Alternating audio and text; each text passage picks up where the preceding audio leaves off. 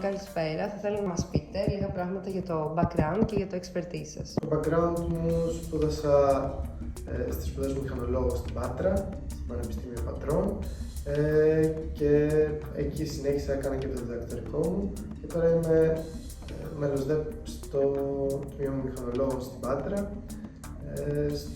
Η ειδίκευσή μου είναι πάνω στα εφαρμοσμένα μαθηματικά, αλλά έχω μεγάλο ενδιαφέρον και για την ιστορία της τεχνολογίας.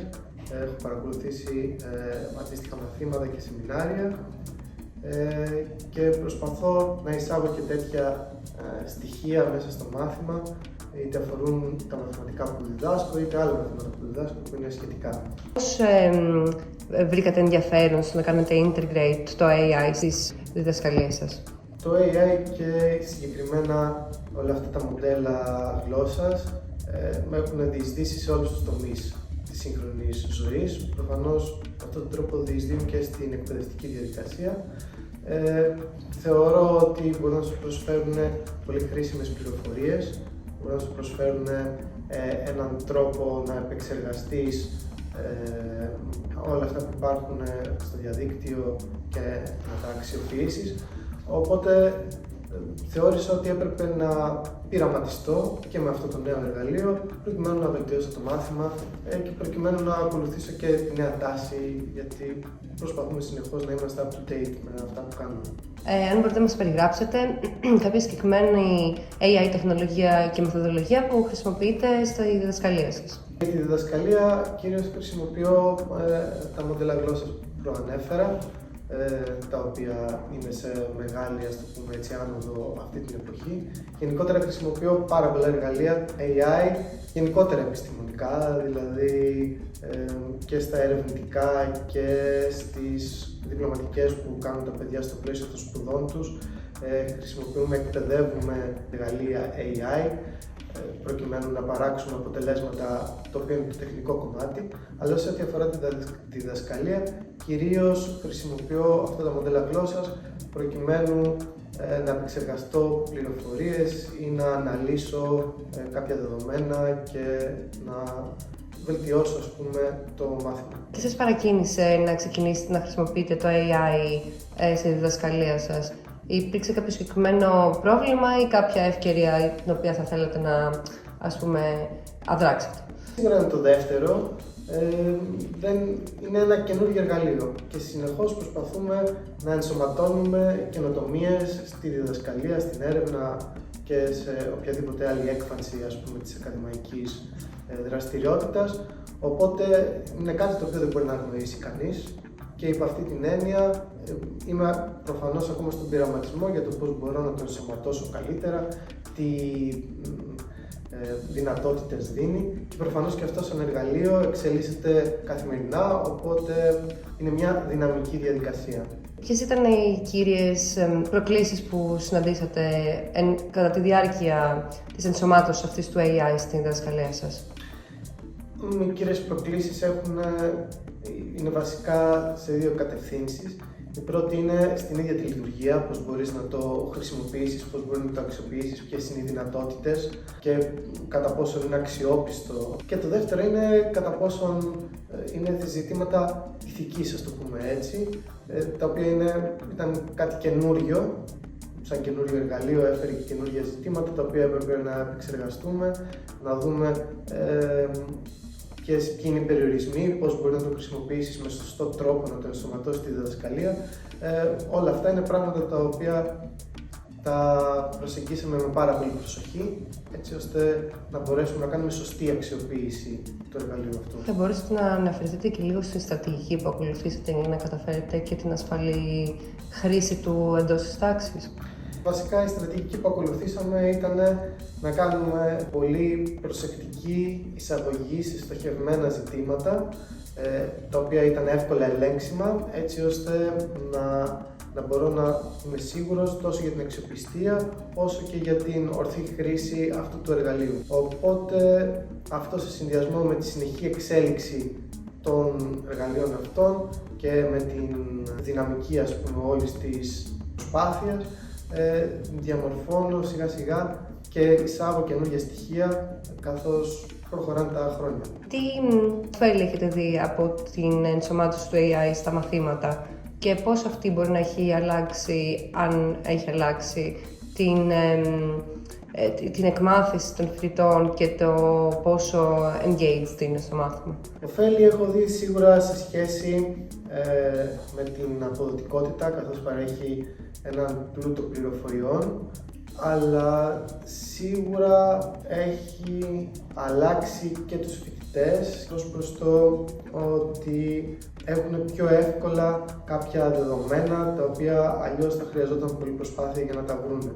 Οπότε πέρα από το πρακτικό κομμάτι ότι έχει διευκολύνει την έβρεση πληροφοριών, μας έχει κάνει και λιγάκι πιο προσεκτικούς, δεν θα λέγαμε καχύπτους, αλλά πιο προσεκτικούς στο πώς να λαμβάνουμε ως δεδομένες κάποιες πληροφορίες, στο πώς να τις αξιολογούμε, και νομίζω αυτός είναι ένας ευρύτερος τομέας που ανοίγει τώρα. Είναι σίγουρα μεγάλος ήδη τομέας λόγω του όγκου των πληροφοριών που δεχόμαστε καθημερινά, αλλά ακόμα περισσότερο τώρα που οι πληροφορίες είναι στοχευμένες και υποτίθεται ότι είναι επίσης πιο επεξεργασμένες. Νομίζω ότι πρέπει να είμαστε πιο πολύ προσεκτικοί, οπότε κάπως έχει έτσι αλλάξει όλη η σχέση τόσο της διδασκαλίας όσο και της επαφής μας με τα παιδιά.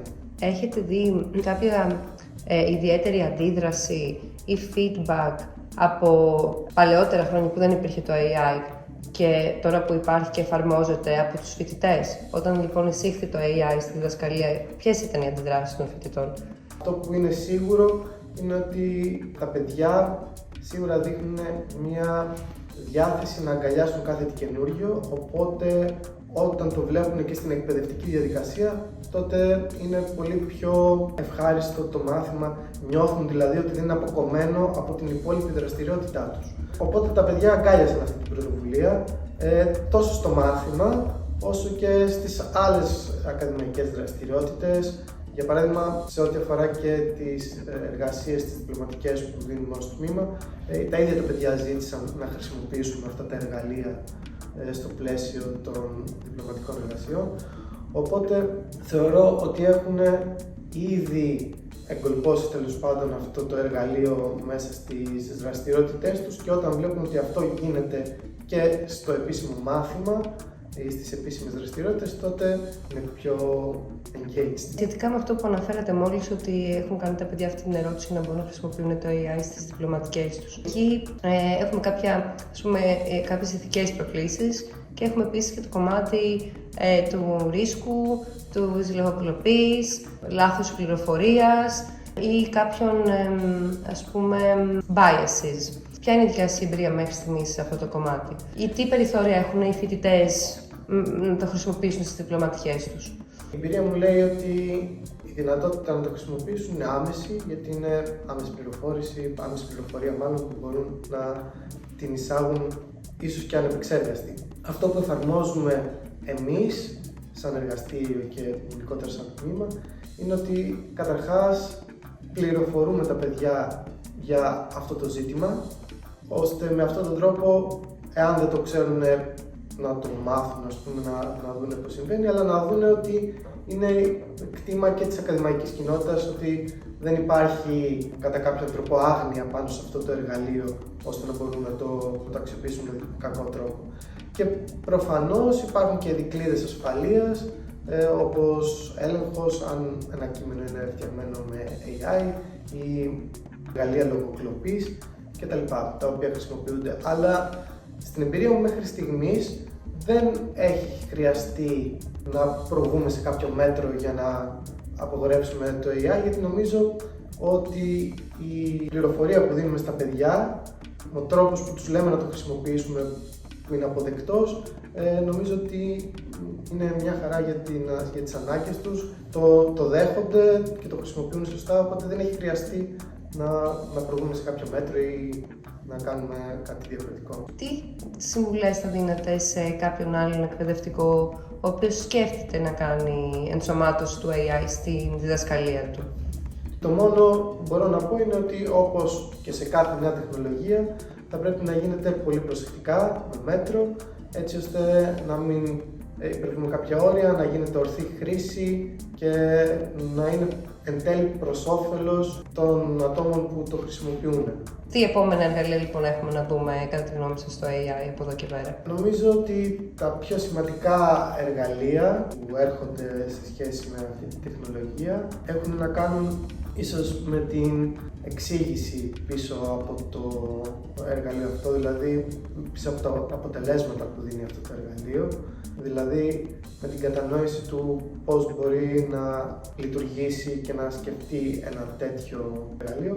Οπότε νομίζω ότι αυτό θα είναι το επόμενο βήμα, εκτός από το να παίρνουμε κάποια πληροφορία ή κάποιο αποτέλεσμα, να μπορούμε να ερμηνεύσουμε γιατί μας έδωσε αυτή την πληροφορία, γιατί μας έδωσε αυτό το αποτέλεσμα, και νομίζω ότι αυτό θα ολοκληρώσει κάπως την χρήση αυτού του εργαλείου, γιατί προς το παρόν είναι μαύρο κουτί, το ρωτάμε κάτι, μας βγάζει κάποια αποτελέσματα που έχουν προκύψει μέσα από διάφορους αλγορίθμους, δεν έχουμε άμεση επαφή με το πώς προέκυψαν. Πιστεύω ότι η κατανόηση του πώς προέκυψαν και η αξιολόγηση του πώς προέκυψαν είναι σημαντική και θα ενσωματωθεί σίγουρα και στον τρόπο διδασκαλίας και στον τρόπο χρήσης του AI.